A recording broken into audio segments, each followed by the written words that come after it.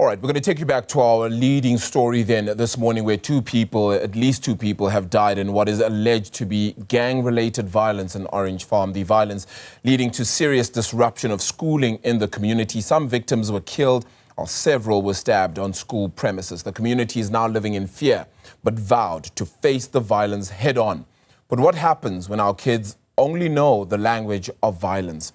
I'm going to take you now to Eldrin St-Pierre, who's going to be speaking to the Gauteng Community Safety Chair, Dr. Bandile Masuku. Eldrin, I'll hand over to you for this discussion. Thank you so much, Arabile. We're still coming live to you from outside Mateta Secondary School. As you can see right behind me, we have a number of pupils that have now made their way to school, and they currently have their bags being searched by law enforcement officials as well as community safety officials as well. We've come here to come in and try and assist the school that has been dealing with this issue of violence that has been plaguing out. But here's the question that I raised a bit earlier on, is this really sustainable? Let's bring in Dr. Bandile Masuku into the conversation. He is the Community Safety Portfolio Committee Chairperson for the Gauteng Legislature. Dr. Masuku, very good morning to you. Thank you so much for making time for us this morning. What went through your mind, Dr. Masuku, when you first heard of these incidents that are taking place here in Orange Farm, specifically in these gang-related violence that have members that are actually teenagers who are of school-going age and attending schools like the one right here behind me? One thing of the important thing, that loss of life is very much regrettable, and we'd like to express our sincere condolences to the family of the bereaved. But I think one thing that we have noted is that school safety has always been a big problem. And last year we engaged in what we call a focused intervention study, where we're focusing and looking at the enforcement of regulations around school safety. And coincidentally, yes, we did go through to a number of schools, and one of them was in Orange Farm, which was also reported to have a big problem of actual gang violence.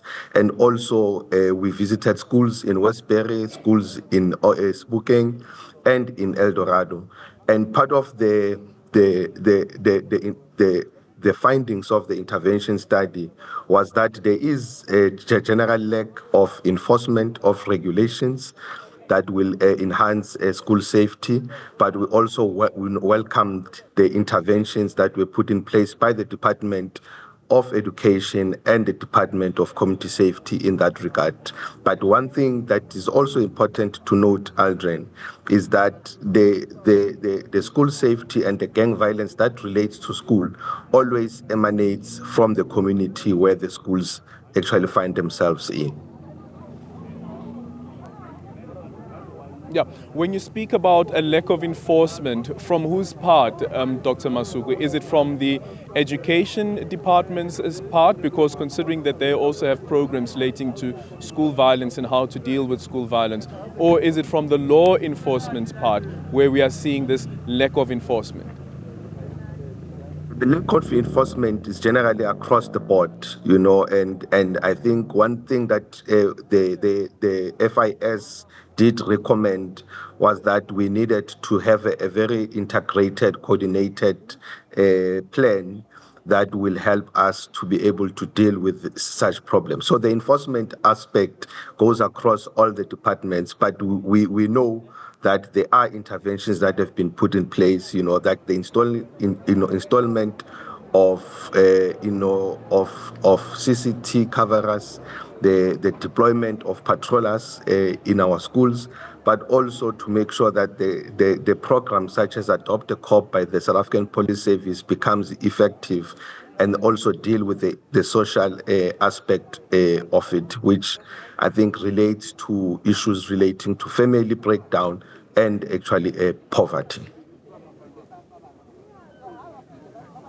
Yeah, how sustainable are some of these initiatives, Dr. Masuku, considering that even from a national point of view, we've seen that the budget's being cut for the various departments, and policing, one of those departments that have also been affected. We know that Gauteng, for instance, has come up with certain initiatives to try and bolster and support the South African Police Service. We have the Gauteng traffic wardens. Right now, they're actually here at the school as well. But then the issue around budget and how the budget and the dwindling of that budget is affecting the ability of the police to ensure that they are actually visible, to ensure that they are able to hold perpetrators to account.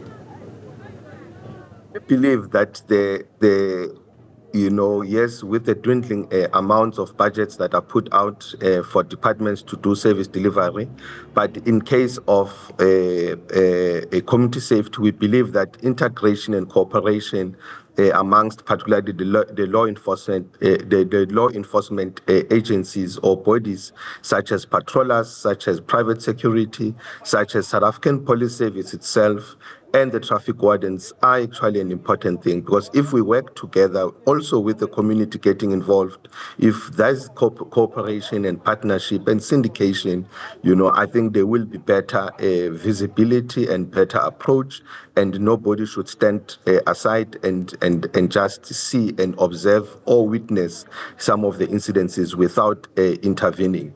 Yes, indeed, we do agree that there might be some dangers, but it's important thing that eyes and ears for law enforcement agencies is quite important for us to be able to deliver a particular service in terms of safety. So the budget dwindling can be mitigated with cooperation, syndication, and partnership amongst all the law enforcement agencies, including the community itself. Yeah, as we conclude the conversation, Dr. Masuku, have you heard personally as the Oversight Committee when it comes to community safety about issues relating to law enforcement, specifically here in Orange Farm? We are going to be speaking to the SANCO chairperson in the next short while, and they are planning to have a protest against the police station because of the lack of enforcement. Have you heard anything around the poor management of the police station? You will recall that pretty much beginning of the term of the 7th administration, we did visit Orange Farm Police Station as part of our oversight. And at the time we visited, they actually had a new station commander.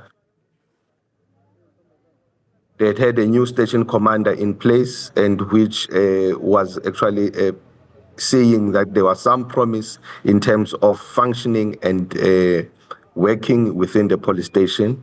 And of course, when we do this oversight visit, we do follow-up visits, but we are quite worried about the situation, particularly as it relates to young people.